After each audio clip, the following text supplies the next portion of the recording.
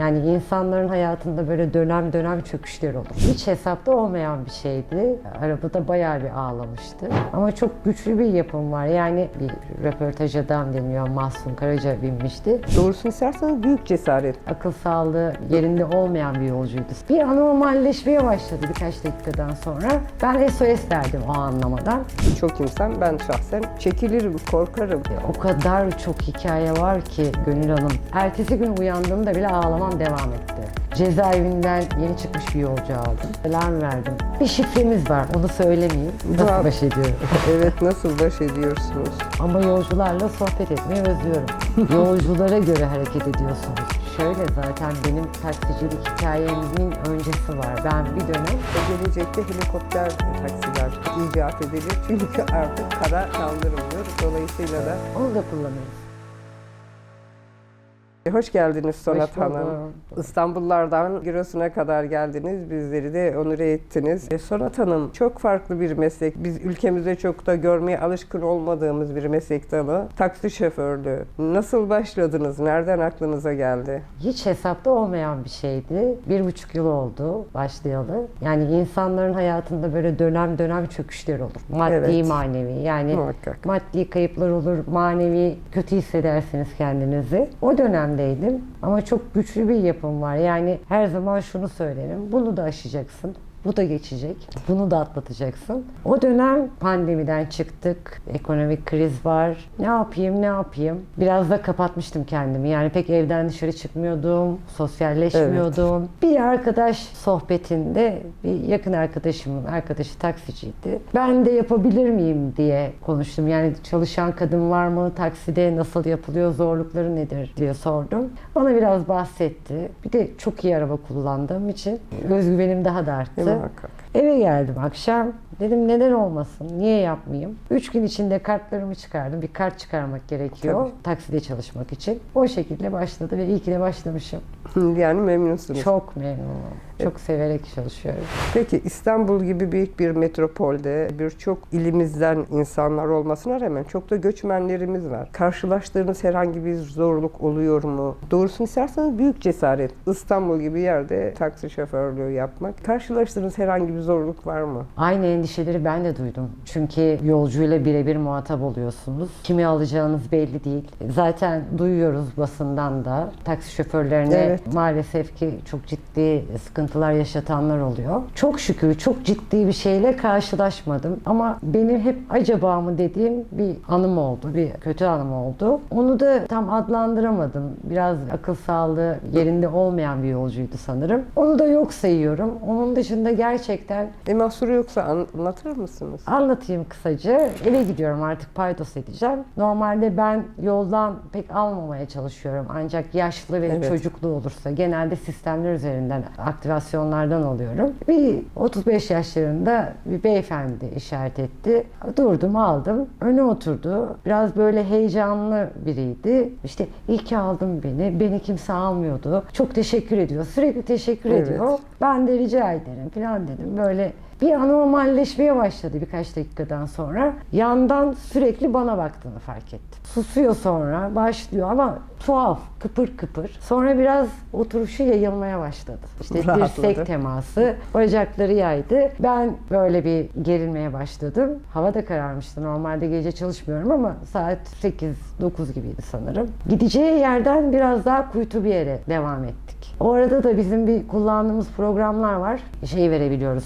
SOS diyoruz biz ona. Ben SOS verdim o anlamadan. Beni takip ediyorlar. Gideceğimiz yere geldik. Arabayı durdurdum. Bana doğru tam döndü. Öpeceğim seni dedi. Bana uzandı. Şimdi o öpücük, yani o şeyi böyle diyorum ya, biraz akıl sağlığı yerinde değil gibi geldi. Acaba teşekkür etme babında düşünmek istiyorum her zaman. Hayır dedim, öpmene gerek yok. Lütfen dedim, iner misin dedim. Yok, öpeceğim diye uzanınca ben o şeyi anladım yani. Olay başka bir yere gidecek. Evet, taciz yani. Evet, indi. İn aşağı dedim, biraz sertleştim ama indiği zaman arka kapıya yöneldi. Şu an anlatırken bile kötü oluyorum. Evet. Muhtemelen o arka kapıyı açıp arkaya oturup arkadan bana bir müdahale edecekti diye düşünüyorum. Onun kapıyı açıp inmesiyle oraya daha yönelirken ben gaza bastım. Açık kapıyla devam ettim ama ertesi gün uyandığımda bile ağlamam devam etti. Aslında yani bence büyük bir travma. Bu sizi etkilemedi mi? Yani geri mesela birçok insan, ben şahsen çekilirim, korkarım. Daha mı cesaretlendirdi? Bakın ben de bunu yenebiliyorum, yani tedbirimi alabiliyorum gibi mi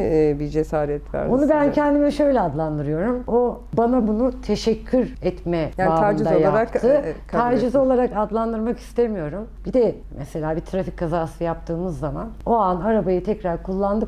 Ben öyle bakıyorum. Evet. Tekrar o arabayı kullanamazsam bir daha uzun süre arabayı kullanamam. Evet. Onun üstüne gitmem gerekiyordu. Onu ben kendime biraz da polyanlacılık olacak. Daha farklı kabullendirdim. Kimse onu almak istemedi. Evet. O bana teşekkür etmek istedi. Arkayı kapıyı açmaya yönelmesini de yok saymaya çalışıyorum. Başka türlü yapamam. Muhakkak yani biraz kamufle edeceğiz düşüncelerimizle. Muhakkak bakın, bu bir zorluk. Karşılaştığınız başka zorluklar var mı? Müşterilerinizle tepkileri nedir? Nasıl tepkiler alıyorsunuz? Hiçbir zorlukla karşılaşmıyorum. İnanın karşılaşmıyorum. Zaten benim bu işi çok severek yapmamdaki en önemli amaç yolcuların tepkileri. Evet. Yani 10 yolcunun net söyleyebilirim ki 7 tanesi arabaya bindiği zaman o şaşkınlıkları, o söylediği güzel sözler, çünkü şu bir gerçek, zor bir iş. Evet. Yani İstanbul trafiğinde 12 saat minimum araba kullanmak, insanlarla muhatap olmak gerçekten zor bir iş. Biraz da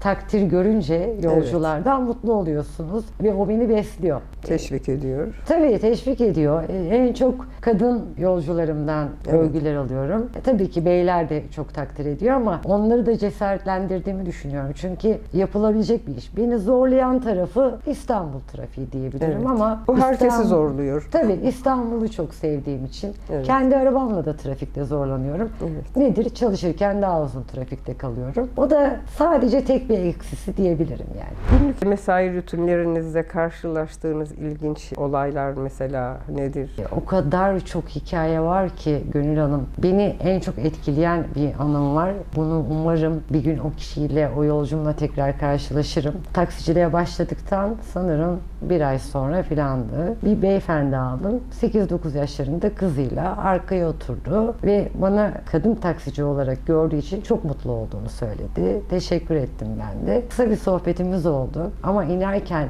öyle bir cümle kurdu ki, size dedi çok teşekkür ediyorum. Kızıma dedi harika bir örnek oldunuz dedi. Bir Türk kadını olarak dedi. O beni çok etkiledi. Yani beni kızına rol model olarak göstermesi harika bir şeydi. Yani bir babadan bunu duymak çok güzel bir şeydi. Onun dışında atraksiyonlu yolcularım oluyor. Bir gün cezaevinden yeni çıkmış bir yolcu aldım. Korkayım mı, serin kanlı mı olayım bilemedim. Onu böyle gideceği yere bırakana kadar, bir de adam öldürmeye teşebbüsten cezaevine girmiş. Neyle karşılaşacağımı bilemedim. Aşık olup aşk acısı çekip arabada ağlayanlar, kaçamak yapıp yakalanmamaya çalışanlar. Onları siz özellikle yakalatın ama. O kaçamak yapanları lütfen yakalatın. Görmemezlikten geliyor ama. Çünkü Tabii ki, bir Latife. şey yapamıyor tabii ki. Müdahale edemiyorsunuz ama Elbette. hepsi birbirinden farklı hikayeler ve her gün bir hikaye çıkıyor. Evet, muhakkak. Yani gün. insanla çalışılıyor. Herkesin farklı bir hikayesi oluyor muhakkak. Sizin biliyorsunuz geçmiş yıllarda taksi şoförlerine karşı büyük maalesef acımasızca katliamlar yapıldı. Maalesef. Gasplar oldu. Yani bütün bunlara rağmen sizin hala bugün bu meslek dalını seçiyor olmanız gerçekten kutlanacak Teşekkür bir şey. ederim. Ben de sizi kutluyorum. Teşekkür ederim. Ama yine de bir önlem, tedbir olarak size ne gibi bir şey sunuldu? Ne yapıyorsunuz? Çok zor durumda kaldığınız zamanlar. Şimdi tabii ki birebir bir sorun yaşadığınız zaman size yetişilene kadar o olayı bir idare etmeniz gerekiyor. Kadın olarak aslında biraz daha zor durumda kalabiliriz o anlamda. Çünkü bir erkek Evet. gücüyle ne Tabii. de olsa kadının gücü bir değil. Bizim mesela bir Zello denen bir program var. Taksicilerin kullandığı. Orada taksiciler kayıtlıdır. WhatsApp grubundan sabah işe çıktığımız zaman konumumuzu bildiririz. Bir şifremiz var. Onu söylemeyeyim. Tabii söyle. Sıkıntılı bir yolcuyla karşılaştığımız zaman SOS veriyoruz. O şifreli kelimeleri kullanıp 3-4 tane hatta. Onu kullandığımızda WhatsApp'tan hemen konumumuza bakıyorlar. Evet. Yakınımızda hangi taksi varsa sıkıntının durumuna göre Evet. ya o an aracın önü kesilip olaya müdahale ediliyor ya da yolcu inene kadar bekleniyor. Çünkü ben bir iki kere yanlış alarm verdim. Doğal olarak tedirgin Yani. oldum. İşte 3 tane bey vardı, erkek yolcu vardı arabamda. İnerken bana sıkıntı yaşatacaklarını düşündüm. O an SOS verebiliyoruz. Yani şu anda güvenlik önlemleri aslında çok daha fazla. Evet. Teknolojinin bize getirdiği bir fayda bu tabii ki. Evet, keşke şoförlere de bir kabin yapılsa da müşteri ulaşamasa. Benim hep öyle hayalimi kuruyorum bu gaz haberlerini izledikten sonra. Acaba diyorum bir kabinle çevrilebilir mi müşteriye? Yurt dışındaki taksiler gibi. Orada da tamamında yok ama büyük bir bölümü geçti öyle bir uygulamaya. Peki Sonat Hanım, cinsiyet ayrımı yapıyorlar mı? Mesela işte siz bayansınız diye daha çok mu tercih ediliyorsunuz veya erkek mesleğiyle bu sizin ne işiniz var gibi herhangi bir tepki alıyor musunuz? Aslında iki türlü de yapılıyor. Negatif ve pozitif anlamda da yapılıyor. Pozitif anlamda daha fazla ama daha çoğalmamızı istiyorlar. O net. Bunu kadın yolcularım da söylüyor, erkek yolcularım da söylüyor. Keşke kadınlar daha fazla olsa diyor. Bunu da kısa bir hikayesiyle anlatayım. Lütfen. Bir beyefendi aldım. Oğlunu dershaneye bırakıp geri dönecek. Evet. Güvenemiyor. Taksiyle tek başına yollayamıyor. Beni görünce beyefendi bir rahatladı ve gideceğimiz yer uzun bir yer. Mesafe Evet. uzun. Bana dedi ki oğlumu siz bıraksanız ben Evet. gelmesem olur mu? Tabii ki dedim, boşuna gelmeyin. Benim işime gelir halbuki, gidip gelecek bir Evet. uzun yolculuk olacak. Ama ne gerek var? Ben gideceği yere bırakabilirim. O anlamda çok mutlu oluyorlar. Kadın Daha yolcu, güvenilir yani tabii bir diyorlar. anaç olarak görüyorlar. Evet. Daha güvende hissediyor çocuğu için. Evet. Negatif olarak kadınlar iyi araba kullanamaz Teorisini düşüncesi de, var evet, genelde insanlarda. Onun tedirginliği oluyor sanırım. Ama arabama binip böyle birkaç kilometre gittikleri zaman ben çok yolcumdan duydum. Benden daha iyi araba kullanıyorsun dediklerini. Bu konuda da hiç mütevazı olamayacağım. Evet. Onu da kırıyorum. Ya şimdi kadınlar beylere göre, beylerde şimdi güçlerini ve kendilerine bir de özgüven çok fazla depoladıkları için kadınları bu anlamda daha çok pasife etmeye çalışıyorlar ama görüldüğü gibi kadınlar her meslek dalında başarılı. O biraz da şununla alakalı aslında. Yani bir erkek daha 9-10 yaşlarında baba direksiyon başına oturtuyor Evet. oğlunu. Araba kullanmaya başlıyor. Tecrübe ediyor. Ama kadınlar ehliyet alacağı zaman arabayla kursta tanışıyorlar. Evet Sonat Hanım, trafikte en çok karşılaştığınız sorunlar ve bunlarla nasıl başa çıkabiliyorsunuz? İşte siz de anlatıyorsunuz İstanbul trafiğini. Yani artık Türkiye genelinde trafikte bir zaten darboğaz var, Arap saçı da. Ama İstanbul gibi büyük şehirler oldukça sıkıntılı. Karşılaştığınız sıkıntılarla nasıl baş edebiliyorsunuz? Ne yapıyorsunuz? Ben normalde trafikte çok sakin bir insan değilim aslında.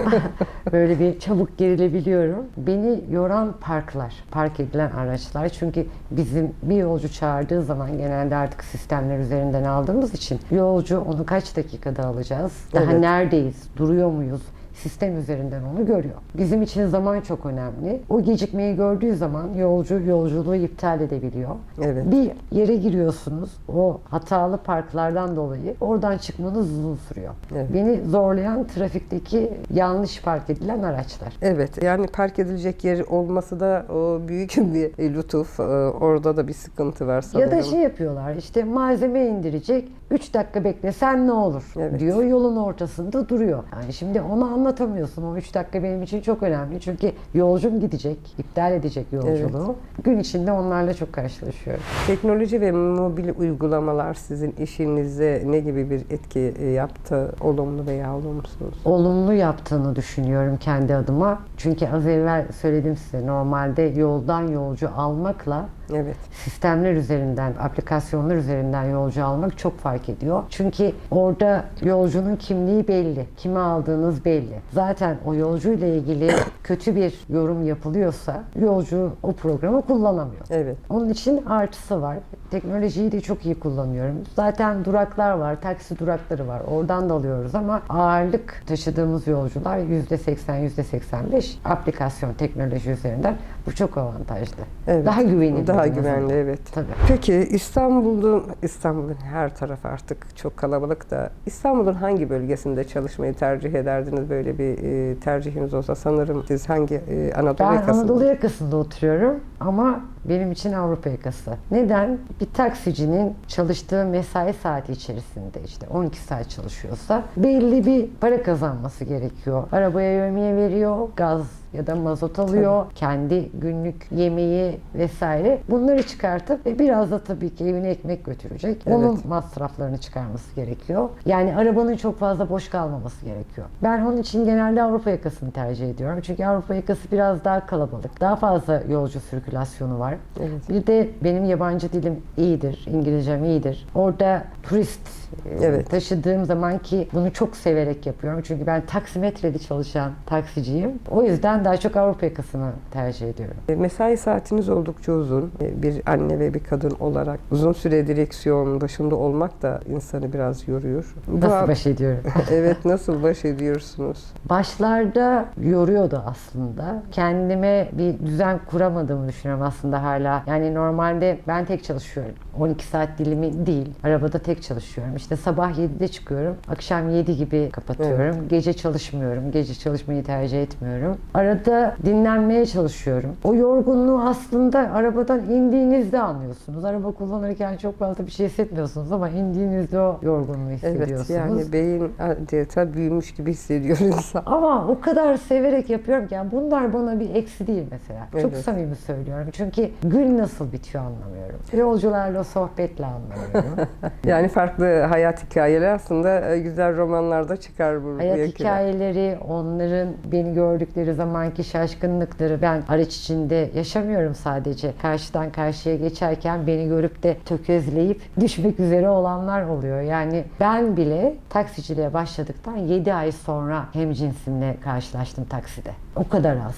Stresli bir meslek. Çok stresli. Evet. Gerçekten her insanın da cesaret edebileceği bir meslek dalı değil. Kutluyorum sizi. Teşekkür ederim. Peki bu mesleğin özel hayatınıza yansıması nasıl oldu? Çok güzel oldu, çok artısı oldu. Kızımla ve ailemle hep onlardan duyduğum şu, gurur duyuyoruz seninle. Ne güzel. Gerçekten gurur duyduklarını söyledikçe bu beni daha çok motive ediyor. Özel hayatıma bir eksisi yok. Çünkü dediğim gibi böyle zaten güçlü bir kişilik olduğumu düşünüyorum. Her şeye yetişebildiğimi düşünüyorum. Evet.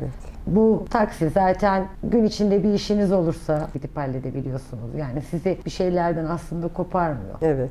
İşte Bir şeyler evinizde katıyor diyorsunuz ama. Katıyor. Evet. Evinize gitmeniz gerekiyorsa, gün içinde yapmanız gereken Evet. özel işiniz varsa onları da halledebiliyorsunuz. Buradan bizi izleyenler, belki bu mesleğe ilgi duyan hanımefendiler mutlaka olacaktır. Siz bir taksi şoförü olarak, bir kaptan olarak müşterilerle nasıl bir bağ kuruyorsunuz veya nasıl size bir yaklaşım gösterilmesini istiyorsunuz? Mesela bazı kurallar vardır. Ketomdur işte, müşteriyle konuşulmaz, özele girilmez. Siz nasıl bir şeyle? Orada zaten sizi yolcular yönlendiriyor. Yolculara göre hareket ediyorsunuz. Ben çok fazla konuşmayı sevmeyen bir insan olarak biliyordum kendimi. Ama yolcularla sohbet etmeyi özlüyorum. Pazar günleri çalışmıyorum. Pazar günleri izin günüm. Ama pazartesiyi özlüyorum. Bende pazartesi sendromu yok. Keyifle kalkıyorum pazartesi günleri. Onu yolcular sizi yönlendiriyor. Zaten bakıyorsunuz, sohbet etmek istemeyen bir yolcuysa anlıyorsunuz. Siz de sessiz sakin gidiyorsunuz. Evet. Gideceği yeri ya kendi söylüyor ya aldığımız programda kayıt etmiş oluyor. Tavsiye ediyorum yapmayı düşünenleri, çünkü yolcularla hiçbir sorun yaşamıyorsunuz. Ne güzel. Onlar sizi yönlendirdiği ölçüde gidiyor. Bakıyorsunuz zaten bir yolcu bir sıkıntısı varsa, konuşmak istiyorsa açıyor konuyu. Susuyorsa olay bitiyor. Bu mesleği yaparken karşılaştığınız en büyük zorluk ne? Karşılaştığım en büyük zorluk önce trafik, sonra biraz da yolcuların maalesef özellikle turist yolcuların bizim taksicilerimize karşı önyargılı olması. Ben öyle düşünüyorum. Çünkü geçmişte sadece turistler değil, biz de çok maalesef bilakis bu korsan taksicilerin haksız Kazançları. tavırlarına, kazançlarına, bir de tırnakçılıklarına şahit olduk. O yüzden onların tepkilerini hoş görmek ve siz ve sizin gibi güzel insanlar dik duruşuyla onların bu düşüncelerini değiştirecektir mutlaka. Evet, onu değiştirmeye çalışıyorum.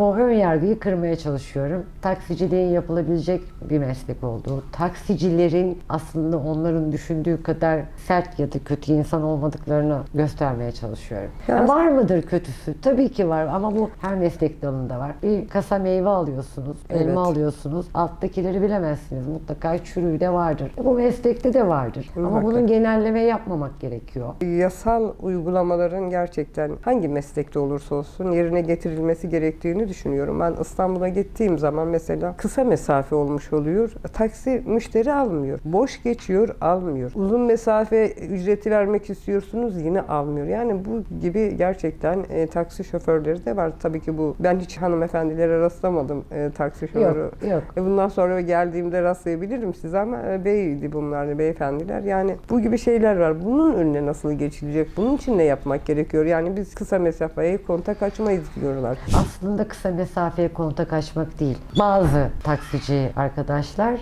trafiğe girmemek için o kısa mesafeyi istemiyor. Kimileri de mesela kısa mesafeyi çok tercih eder. Sürekli insin, binsin ama o trafiğe girmeme derdi. Bu işi başladıysanız, yapacaksanız kısa uzun fark etmiyor, trafik fark etmiyor. Yani hizmet Çünkü- vermek zorundasınız. Tabii ki yani bir yolcuyu, kısa mesafeli bir yolcuyu alırsınız. Ben çok yaşadım onu ve hep yaşıyorum, yaşayacağım da. İndirdiğiniz yerde çok uzun bir yolcu çıkabilir karşınıza. Evet. Bu tamamen kısmet işi, niyet işi.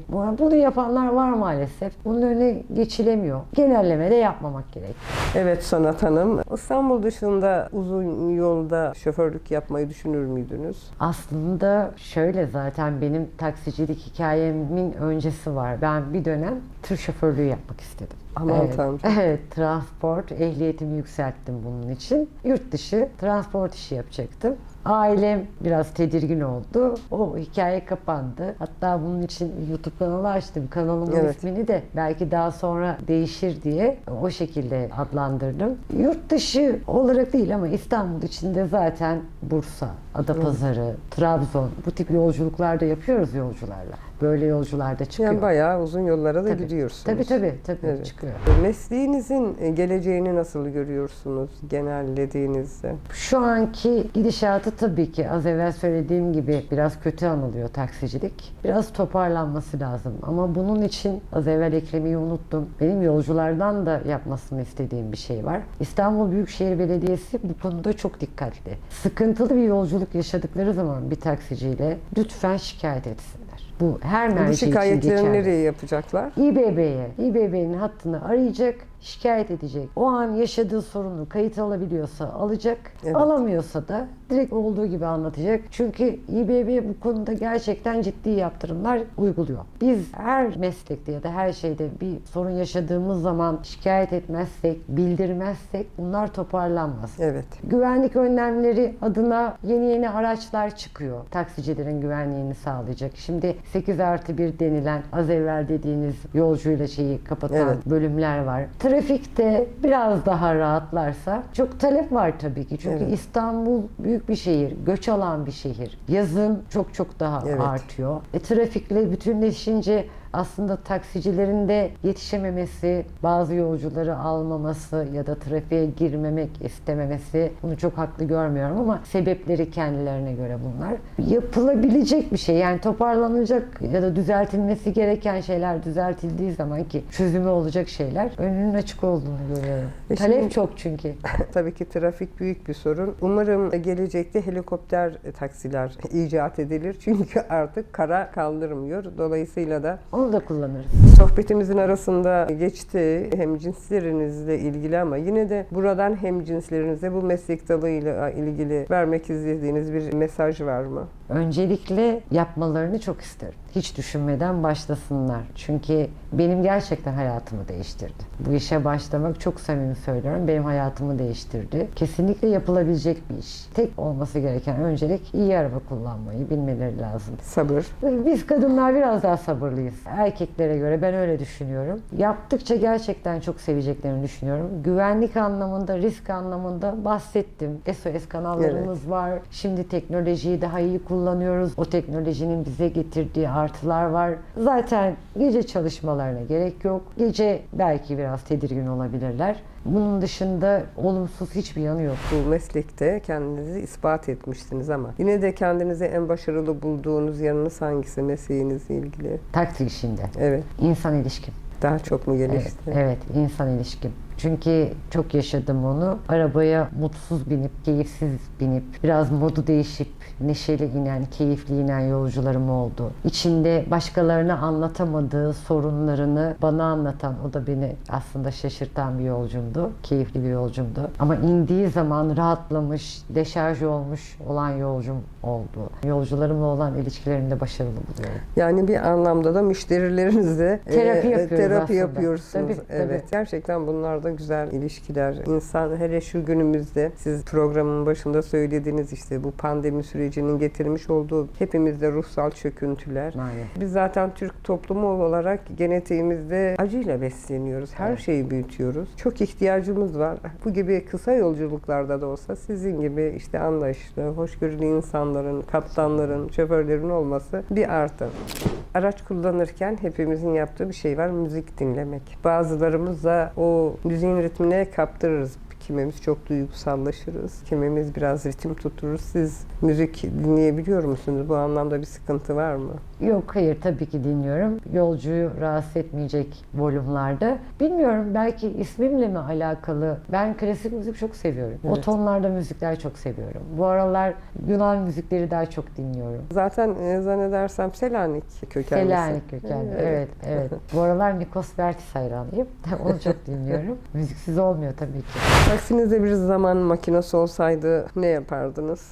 Veya hangi tarihe yolculuk yapmak isterdiniz? 1920'lerle 1950'ler arasında yaşamak isterdim. Yani o döneme gitmek isterdim. Neden bu dönemi tercih etmiyoruz? Biraz bu dönemi de tercih ediyorum tabii ki ama o dönemi bir yaşamak isterdim. Çünkü o dönemde yaşanan zorluklar, biraz da Atatürk'ün yaşadığı dönem, onun olduğu havayı solumak isterdim. Aslında birçoğumuz o dönemlere gitmek istiyor, o dönemleri yaşamak istiyor. Evet, çileli bir süreç ama umutların yeşerdiği bir süreç. İnsanın hedeflerini gördüğü, ulaşmayı muhakkak umut ettiği bir süreç. Ama bugün birçok imkanların içinde umutların yok olduğu, insanların artık kurbanlık gibi sonunu beklediği bir süreç. Maalesef bütün dünya için bu böyle, Maalesef. bizim için de maalesef. Yarın kaygımız çok fazla. Çok fazla olumsuzluklar var artık dünyamızda. Bunların getirmiş olduğu bazı düşünceler ve ruhsal çöküntüler bunlar. Mesela aracınıza diyelim ki çok ünlü bir şöhret bindi. Ne yaparsınız? Sosyal medyada içerik üreten bir röportaj adam deniyor. Mahsun Karaca binmişti. Onunla hatta kısa bir story çektik. Onun isteğiyle orada da biraz taksi şoförlerini tiye alan bir çekimdi aslında.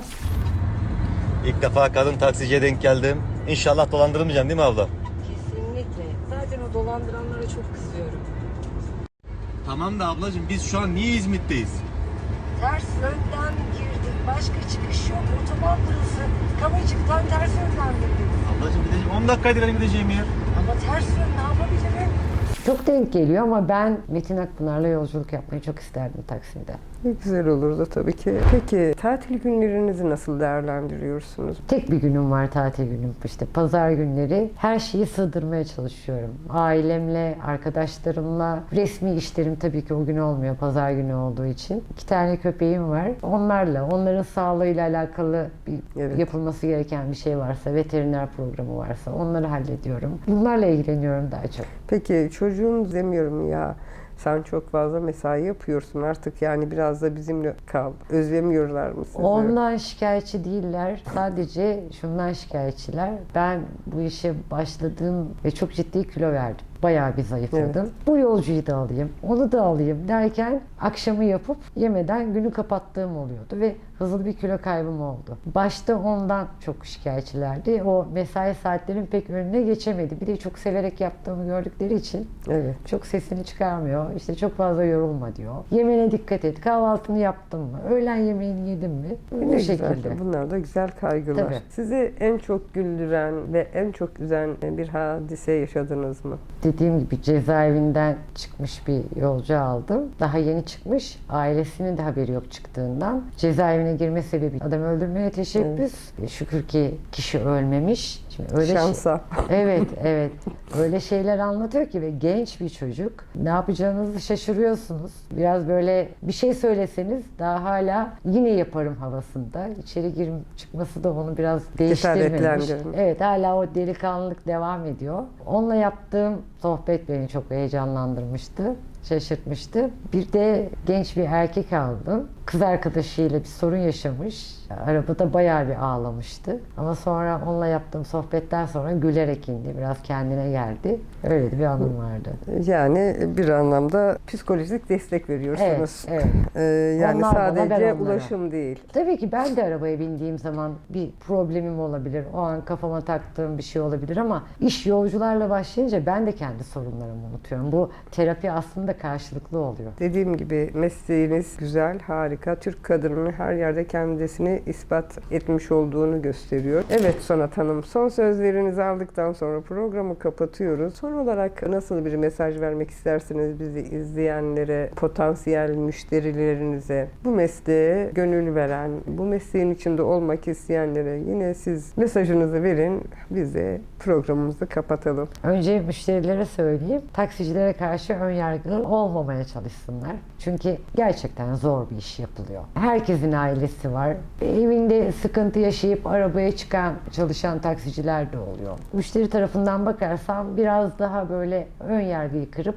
daha kibar. Arabaya bindiği zaman çok güzel bir şey. Hayırlı işler demek ya da nasılsınız demek. Bu da sürücüleri de motive ediyor. Onların modunu da değiştiriyor. Biz taksiciler açısından da söylemem gerekirse, evet önce yolcu seçmemek gerekiyor. Güzergah seçmemek gerekiyor. Yolculara karşı daha nazik olmak gerekiyor. Daha sabırlı ve daha kibar olmak gerekiyor. Evet. Çok severek yapıyorum ve gerçekten sevilecek bir iş. Zorluklarını düşünmesinler. Zorlukları yok denecek kadar az. Hem ekonomik anlamda kendilerini daha iyi hissedecekler. Hem manevi anlamda nasıl beslediği yönlerini Evet. anlattım. Hiç düşünmeden yapmalarını tavsiye ediyorum. Şu an bu işi yapan meslektaş arkadaşlarıma, hemcinslerime de gerçekten kolaylık diliyorum. Çünkü özünde zor bir iş. Evet. Trafiktesiniz. Ama tavsiye ediyorum sonuna kadar ve ben daha çok görmek istiyorum trafikte hemcinslerimi bu işte. Evet. Aslında beni de teşvik ettiniz. Ben de diyorum ki acaba otobüs kaptanı mı olsam? Çünkü sürekli bir yerde kalmaktan çok sıkılıyorum. Uçak tercihim değil. Zaten pilot olma imkanım da yok da onlarla seyahat etmeyi Ben tercih ediyorum. acaba diyene bile hemen hiç düşünmeden başla diyorum. Peki o zaman